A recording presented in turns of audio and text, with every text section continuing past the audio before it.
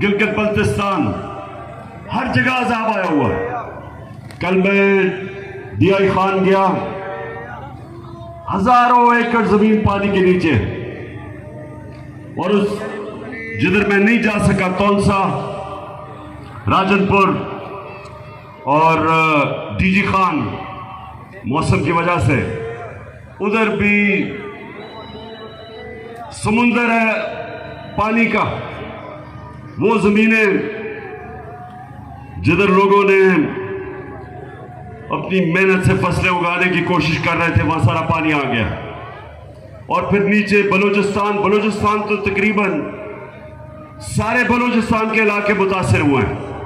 और फिर सिंध के अंदर बुरा हाल है लोगों का। तो ये जो इम्तिहान है, ये कौम मिलके लड़ती है इस इम्तिहान से। गवर्नमेंट्स जितनी भी कोशिश कर लें, जब तक सारी कौम इकट्ठी नहीं होती, इस तरह के इम्तिहान से हम पास नहीं हो सकते। 2010 में सैलाब आया और मुझे याद है मैंने पूरी कोशिश की, और भी लोगों ने, बल्कि हर पाकिस्तानी ने कोशिश की, और वो इतना बड़ा हमारी कामयाबी थी कि सारे पाकिस्तानी बाहर थे, पाकिस्तान में सब ने उसमें शिरकत की। और जो इतना बड़ा एक इम्तिहान आया हुआ था, उससे मुझे बड़ा फख्र है कि पाकिस्तानियों ने बड़ी जबरदस्त किस्म से हमने वो पास किया। अब सारी कौम को आज मैं कहना चाहता हूं कि हमने मिलके इसका मुकाबला करना है। मैंने सबसे पहले एक रजाकार फोर्स यानी टाइगर फोर्स नौजवानों की मैंने वेबसाइट पे ये रजाकारों को, टाइगर फोर्स को इकट्ठा करना शुरू किया। इसकी मेंबरशिप लोग कर रहे हैं। पहले से ही हमारे पास एक टाइगर फोर्स के रजाकार थे, तो पहले तो हम एक बड़ी फोर्स जमा कर रहे हैं जो हुकूमतों की मदद करेगी, उन इलाकों में जाएगी, और बड़े बड़े इलाके हैं जो पानी के नीचे हैं, तो हुकूमतों की मदद करेगी ताकि हम उन मुतासरीन की मदद करें। दूसरा, मैं कल शाम को, कल नहीं, पीर की शाम को, परसों शाम को मैं एक टेलीथॉन करूंगा, पैसा इकट्ठा करूंगा इंशाल्लाह। सारे जो पाकिस्तानी इधर भी रहते हैं और जो बैरून मुल्क पाकिस्तानी, और वो पैसा इकट्ठा करके हम हुकूमतों के, पंजाब और पख्तूनख्वा की हुकूमतों का फंड, उधर पैसा इकट्ठा करेंगे। और उसके ऊपर सानिया निश्तर, जिन्होंने बड़ा कामयाब प्रोग्राम किया था जब कोरोना के दौर में हमने एक एहसास का प्रोग्राम किया था, सारी दुनिया ने उसे माना था, इंटरनेशनली रिकग्नाइज किया था एहसास प्रोग्राम। उसी सानिया निश्तर को हम इस फंड के ऊपर बिठाएंगे, कमेटी नीचे होगी, और जिधर जिधर भी पाकिस्तान में कोशिश करेंगे कि जिधर जिधर लोगों को जरूरत है, उधर हम उसके मुताबिक कि जिधर मुस्तहिक लोग हैं उसके मुताबिक हम ये फंड देंगे। तीसरी चीज, हमें आगे से इसकी प्लानिंग करनी है। एक तो अल्लाह का इम्तिहान है, ये तो हमारे ऊपर आया, इसके ऊपर तो कोई कुछ नहीं कर सकता। लेकिन जो हम कर सकते हैं, अब जेलम के लोगों ये सुनो, हम क्या कर सकते हैं? हम डैम्स बना सकते हैं। और मुझे ये फख्र है कि हमने अपने 3.5 साल में 10 डैम शुरू किए पाकिस्तान में।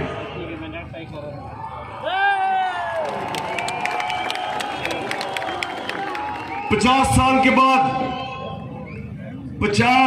के बाद पाकिस्तान में बड़े डैम बने। बादशाह बन रही है, बादशाह डैम बन रहा है, दासू डैम बन रहा है, और उसके अलावा ममन डैम, जो इंशाल्लाह अगर इसी रफ्तार पे गया तो 2025 में बन जाएगा। 10 डैम का हमने प्रोग्राम बनाया। इससे क्या होता है? जब आपके पास डैम होते हैं तो जब पानी आता है, जब बारिश आता है तो पानी आता है,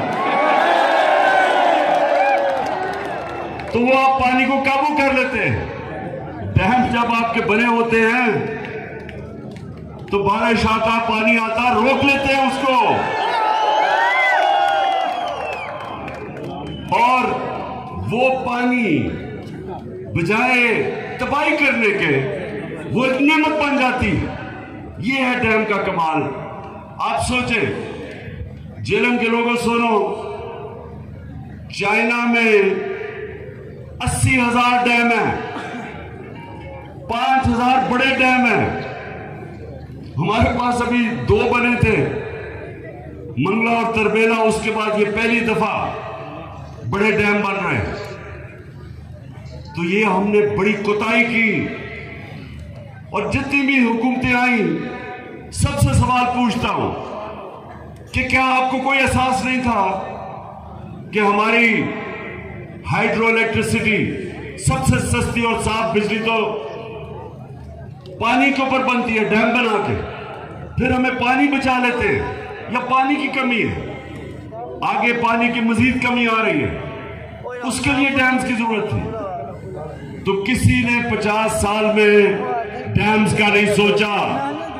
मैं अपनी हुकूमत को मुबारक देता हूं कि पहली दफा 10 डैम्स बनाए, एक हुकूमत ने बनाने के मंसूबे बनाए।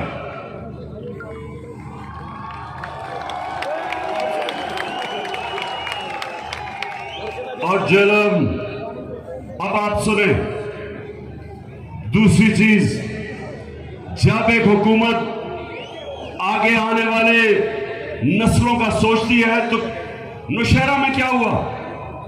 नौशहरा में हमारे पिछले चंद सालों में, जब से हमारी हुकूमत है, बंद बनाए गए। 2010 में जब सैलाब आया था, नौशहरा डूब गया था।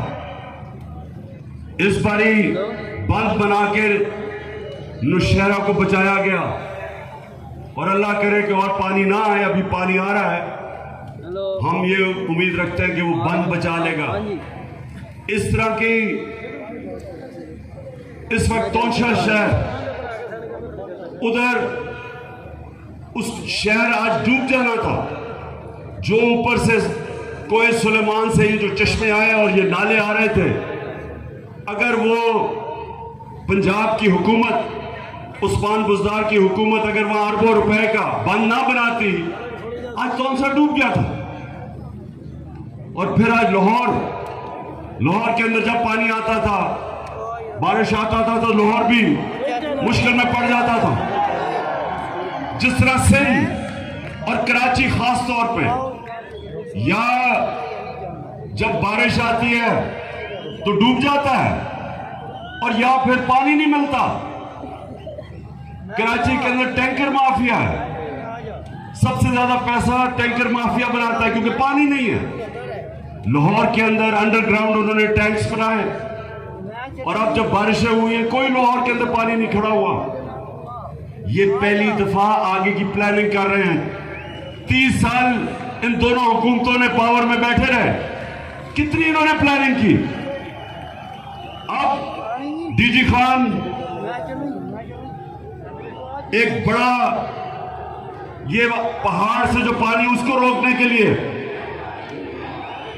एक सुरूर डैम बन रही है, जिसकी फीजिबिलिटी वो ये सारे नालों का पानी रोक लेगी। फीजिबिलिटी बन गई है टांग जाम डैम की। अगर वो बनी हुई होती तो वो इंशाल्लाह आगे रोक लेती जो तबाही मची है इस वक्त डीआई खान में, अगर वो डैम बनी होती। तो कहने का मकसद ये है कि इसका अभी से हम आगे के प्लानिंग कर रहे हैं कि इस पानी को एक नेमत बनाए, बजाय ये तबाही बने। तीसरी चीज, झेलम एक बड़ी अखबारों के अंदर कैंपेन चल रही है, फ्रेंडली मीडिया, लिफाफे वाले सहाफी,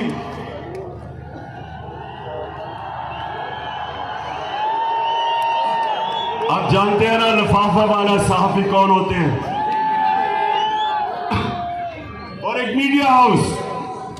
एक मीडिया हाउस जो हमेशा चोरों की हिफाजत करता है पैसे लेके, आप जानते हैं वो कौन है। तो ये कैंपेन क्या कर रहे हैं? ये कह रहे हैं जी इस वक्त सियासत नहीं करनी चाहिए, जलसे नहीं करने चाहिए।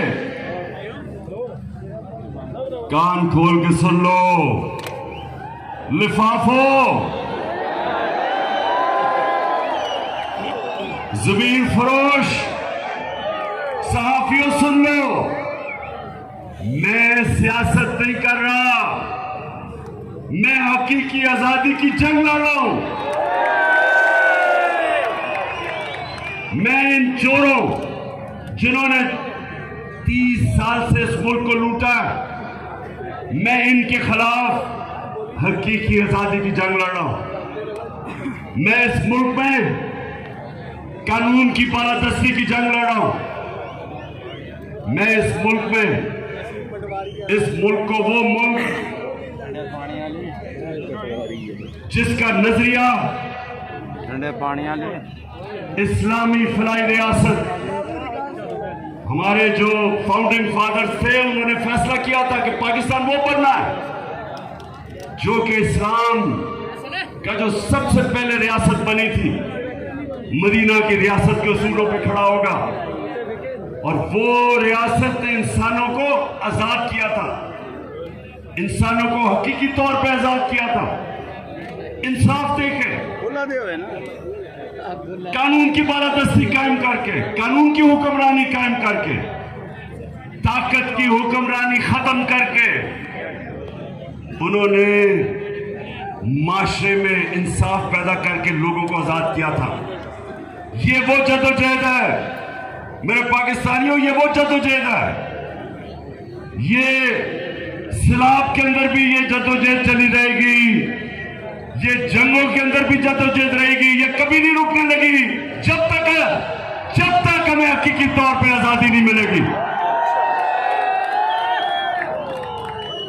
और ये जो बल्कि ये पीडीएम, ये चोरों का जो ये टोला मुल्क पे मुसल्लत हुआ है, आप भी कान खोल के सुन लो, ये आपका प्रोपेगेंडा के जी जलसे कर रहा है, पॉलिटिक्स कर रहा है। कान खोल के सुन लो, ये मेरी हकीकी आजादी की जंग तब तक नहीं रुकेगी जब तक मैं इस मुल्क को तुम्हारे जैसे चोरों से आजाद नहीं करता। आजकल हमें कहा जा रहा है कि जी ओहो सैलाब आ गया, फिक्र ना करो, सैलाब में इंशाल्लाह इमरान खान और उसकी टीम और उसकी हुकूमतें वो काम करेगी जो तुम सारी जिंदगी लगातार नहीं कर सकते। तुम्हारे लिए तो कोई पैसे देने के लिए तैयार नहीं है, क्योंकि तुम्हारा जो चोरी करके सारा पैसा बाहर पड़ा है, वो जो भगौड़ा लंदन में बैठा हुआ है, किधर से पैसा आया उसके और उसके बेटों को क्या अरबों रुपए की प्रॉपर्टीज में रहता है, और वो हमें दर्द दे रहा है कि सियासत नहीं करनी चाहिए। तुम भी सुन लो, नवाज शरीफ मफरून और मुजरिम, गौर से सुन लो, और यहां शहबाज शरीफ तुम भी सुन लो, और फजल रहमान डीजल तुम भी सुन लो, और आसिफ जरदारी जिसको पैसे की बीमारी है, जो पैसा देख के, आसिफ जरदारी जब पैसा देखता है उसकी मूछें ऊंची नीची होनी शुरू हो जाती है। सब सुन लो, ये हमारी तुम्हारे खिलाफ जदोजहद हर मौसम में चलेगी। गर्म तरीन जब पाकिस्तान, याद रखें अप्रैल के महीने में एक ऐसा हफ्ता था कि दुनिया में सबसे गर्म मुल्क पाकिस्तान था, सबसे ज्यादा गर्मी पाकिस्तान में थी। तब भी मैं सड़कों पे था, तब भी मैं तुम्हारे खिलाफ जुलूस जलसे कर रहा था। गर्मी हो या बारिश हो, पिछले दिन बारिश हो रही थी तब भी जलसे कर रहा था। और जब तक मैं इंशाअल्लाह अपने मुल्क को आजाद नहीं करूंगा, मैं सड़कों पे आऊंगा, मैं अपने लोगों को भी बचाऊंगा, जद्दोजहद करूंगा, सलाब में जो मुतासरीन है उनके लिए भी करूंगा। और इंशाअल्लाह परसों मैं आपको अपने कौम, अपने पाकिस्तानियों से पैसा इकट्ठा करके दिखाऊंगा, इकट्ठा करता रहूंगा, मदद करूंगा अपने लोगों की, लेकिन तुम्हें नहीं छोड़ना, क्योंकि हमारा मुल्क जब से ये दो खानदान आए हैं डाकुओं के, आपको पता होना चाहिए कि इनके आने से पहले सारे बर्रे सगीर में पाकिस्तान सबसे आगे था। हमारे इकोनॉमिक इंडिकेटर्स सारे बर्रे सगीर से सबसे आगे थे। सारे बर्रे सगीर में हम सबसे आगे थे। हिंदुस्तान से जब मैच खेल के मैं पाकिस्तान आता था, और अल्लाह का शुक्र है वो हमें जिता के लेके आता था पाकिस्तान हिंदुस्तान से, तो जब मैं वापस आता था तो मुझे एहसास होता था कि गरीब तरीन मुल्क से मैं अमीर मुल्क में आ गया हूं। पाकिस्तान आगे था इन सब से। फिर ये दो डाकू खानदान इस मुल्क में मुसल्लत हुए, हम हिंदुस्तान से भी पीछे रह गए, हम बांग्लादेश से भी पीछे रह गए। और ये जो आज शहबाज शरीफ और ये मिफ्ता इस्माइल कहता है कि तहरीक इंसाफ की वजह से IMF का प्रोग्राम फेल हो जाएगा, शहबाज शरीफ सुन लो गौर से, पहले तो तुम और तुम्हारे इत्तेहादी और खानदानों ने इस मुल्क को मकरूज किया, कर्जे आपने चढ़ाए, आपकी वजह से हर इंसान पे कर्जे बढ़ते गए। हमारी जब बारी आई तो मुल्क का तो दिवालिया निकला हुआ था 2018 में। आप अपने फोन के ऊपर गूगल करके देख ले कि 2018 में पाकिस्तान की तारीख का सबसे बड़ा बैरूनी मुल्क खसारा था, सबसे ज्यादा कर्जे थे।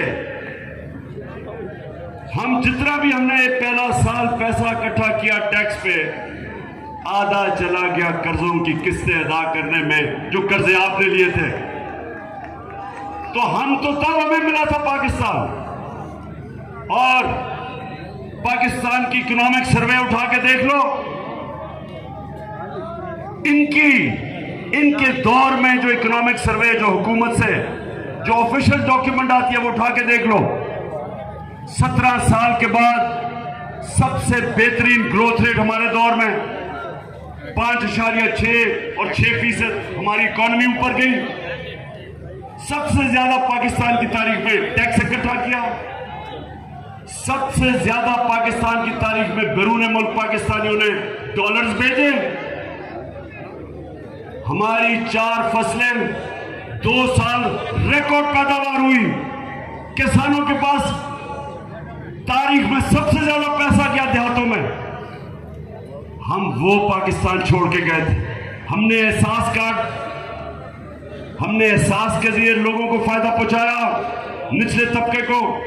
हमने पहली दफा पाकिस्तान में हेल्थ इंश्योरेंस यानी कि 10 लाख रुपया हर खानदान को दिया कि किसी भी अस्पताल में अपना इलाज करवा सकते थे। ये पहली दफा हुआ पाकिस्तान में। और इस दौर में और हम छोड़ के जाते हैं, अप्रैल में आप साजिश करते हैं, बैरूनी मुल्क साजिश करके गवर्नमेंट गिराते हैं और 4 महीने के अंदर मुल्क का दिवालिया निकाल देते हैं, मजीद कर्जों का रिकॉर्ड तोड़ देते हैं, रुपया गिर जाता है। रुपया एक दफा तकरीबन 250 रुपए डॉलर पे पहुंच गया। आज भी सबसे ज्यादा इस पर डॉलर महंगा, इसका मतलब महंगाई सबसे ज्यादा महंगी। एक चीज जेलम सुन लो, इसको कहते हैं कंज्यूमर प्राइस इंडेक्स। ये होता है जो आम लोगों के खाने पीने की चीज, बिजली और गैस, ये हम जब छोड़ के गए थे 16% थी, यानी 16% महंगाई थी, आज 45% है। आज दुगनी से भी ज्यादा महंगाई है। तो इन्होंने तो सारा शोर ही मचाया था कि हमारी हुकूमत नाअहल है, क्योंकि हम महंगाई नहीं रोक सकते। महंगाई के रिकॉर्ड टूट गए, माइशत नीचे आ गई, कर्जे और ले लिए, और आज मिफ्ता इस्माइल कहता है कि जनाब तहरीक इंसाफ IMF का प्रोग्राम फेल करना चाहती है। पहले तो तुम्हारे से सवाल पूछता हूं कि 2 महीने पख्तूनख्वा का वजीर आपसे बार बार पूछता रहा कि मैं मीटिंग करना चाहता हूं, आपने जो पैसे वादा किए थे पख्तूनख्वा को नहीं मिले, उसको मीटिंग नहीं दी, ऊपर से सैलाब आ गया। तो अब वो ये सोच रहा है कि आप कह रहे हैं कि हम आपको एक सरप्लस देंगे, तो इस सैलाब में जो अरबों अरबों अरबों रुपए की तबाही मची है, किधर से सरप्लस देगा वो? आपको IMF से बात करनी चाहिए। मैंने जब कोरोना हुआ, मैंने IMF के सरबराह से बात करके कंसेशन दी। मैंने कहा लोग मुश्किल में हैं, और उन्होंने दी कंसेशंस। आपको आज बात करनी चाहिए कि IMF को कहो हमारे लोग मुश्किल में है, सैलाब आया हुआ है, थोड़ा सा अपना दिल गुर्दा बढ़ाओ, गोरे चमड़ी से इतना ना डरो, इतनी गुलामी ना करो, हार्ट ट्रांसप्लांट करवा लो, शायद आप में थोड़ी दिलेरी आ जाए कि उनके सामने कैंपेन टांग दिए। शहबाज शरीफ तो कहता है, आपने सुना हमारे शहबाज शरीफ को, ये जरा जरूर सुने जरा, एक 22 करोड़ अवाम का सरबराह, सुने जरा गौर से कि वो क्या कहता है, और मुझे उसके बाद बताना कि क्या आपको भी उतनी शर्मिंदगी हुई है सुन के जितनी मुझे। सुने, मैं सऊदी अरब से होके आया हूँ, मैं UAE के होके, अभी मैं तुर्की होके आया हूँ, और मैंने उन भाइयों को कहा कि आप हमारे बड़े अजीम भाई हैं, हमेशा आपने हमारी मदद की, और मैंने यही कहा जब मैं आया हूँ तो आप समझेंगे शायद ये मांगने आया, मैं मांगने नहीं आया, लेकिन मजबूरी है। जिस तरह में आपने हमारा हाथ उठाया है, कुछ ऐसा आप हाथ उठाने का मैं वादा करता हूँ कि इंशाअल्लाह हम पूरी कौम हम मिलकर दिन रात मेहनत करेंगे, पसीना कराएंगे, अपने पाँव पे खड़े। जलम क्या आप उतना ही शर्मिंदा है जितना मैं हूं? देखिए, हमारा मुल्क बना था एक अजीम नारे पे, पाकिस्तान का मतलब क्या, और मेरा तेरा रिश्ता क्या, और ला इलाहा इल्लल्लाह का मतलब कि अल्लाह, हम तेरे सामने हाथ फैलाएंगे, हम किसी के सामने नहीं झुकेंगे। ये हमारा कर रहा है ये जो इंपोर्टेड हुकूमत आई है, एक गैरतमंद कौम जिसका लीडर कायदे आजम, जो अंग्रेज की गुलामी में भी किसी के सामने नहीं झुकता था, नजरियाती लीडर अल्लामा इकबाल, उस कौम को इस तरह के लीडर मिले क्योंकि इनका इतना चोरी का पैसा मुल्क से बाहर पड़ा है। ये जिन मुल्कों में पैसा पड़ा उनके गुलाम है। अच्छा, आप पाकिस्तानी हो, मैं अब आपको आखिर में ये बड़ी जरूरी बात करना चाहता हूं, और ये आपने गौर से सुनना है।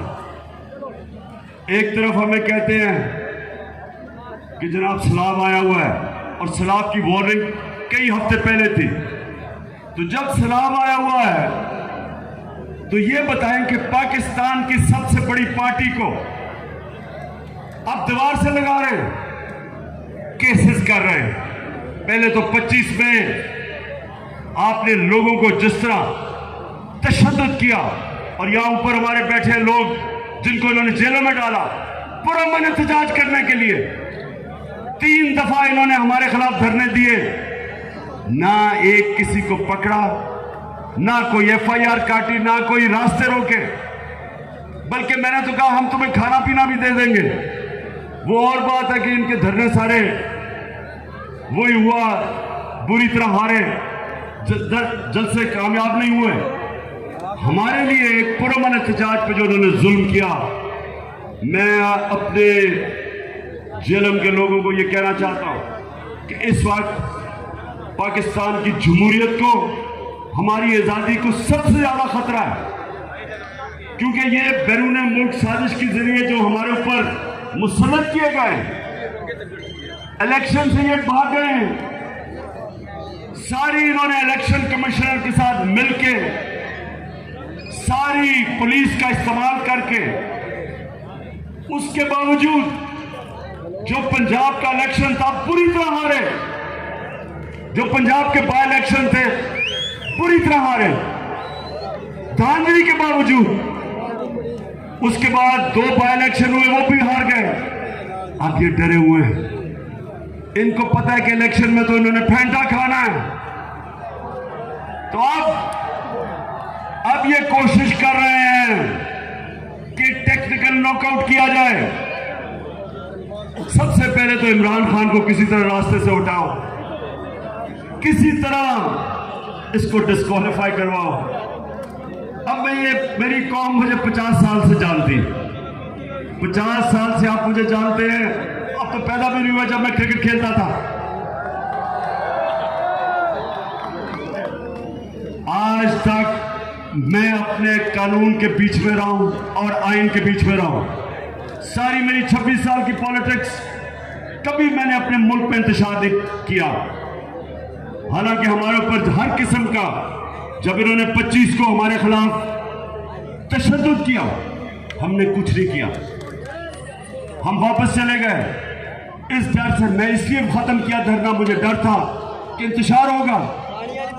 अब मेरे खिलाफ इन्होंने दहशतगर्दी का पर्चा कर दिया,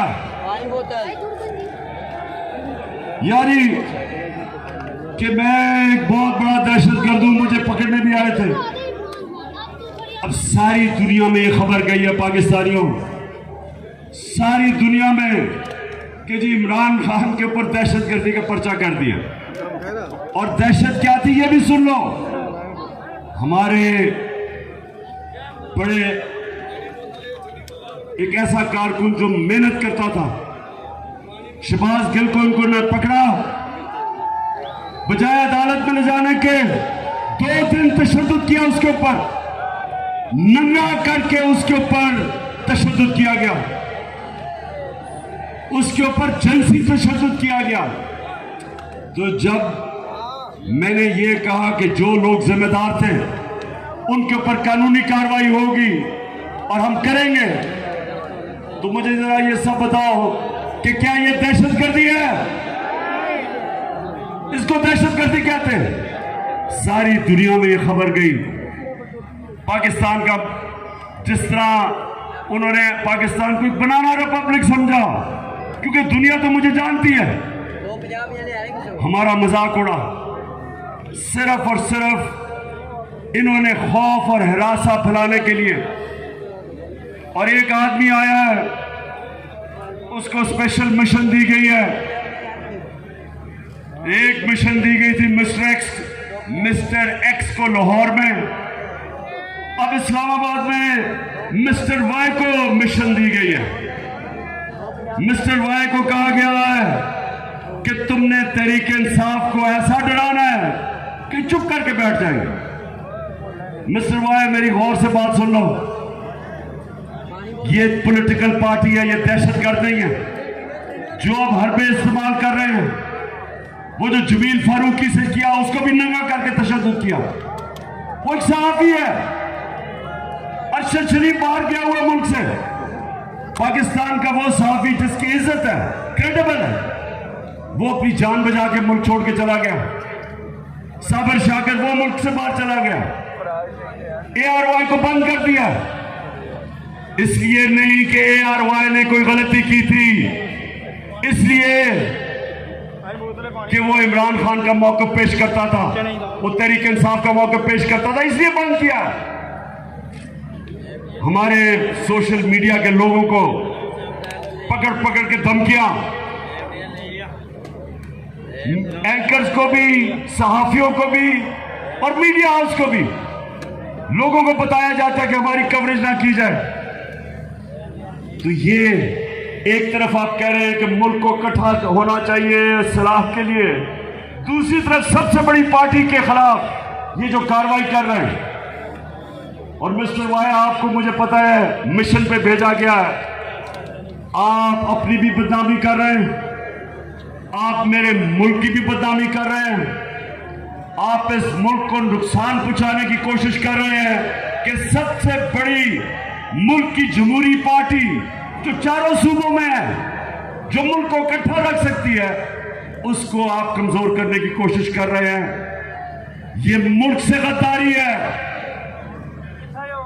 इसलिए मैं आज आप सबको पैगाम देना चाहता हूं, जो लगे हुए हैं साजिश करने हमारे इस मुल्क के खिलाफ, ये मेरे खिलाफ साजिश नहीं है, ये मुल्क की सबसे बड़ी जमात के खिलाफ साजिश सिर्फ नहीं है, ये मुल्क के खिलाफ साजिश है, मुल्क की जमहूरियत कमजोर करने की साजिश है। इसके लिए मैं आज आपको कह रहा हूं कि मैं और मेरी पार्टी पूरी जद्दोजहद करेगी, जितना मेरे में स्टेमिना है, और माशाल्लाह क्रिकेट की वजह से स्टेमिना बढ़ा है, मैं पूरी तरह से जद्दोजहद करूंगा।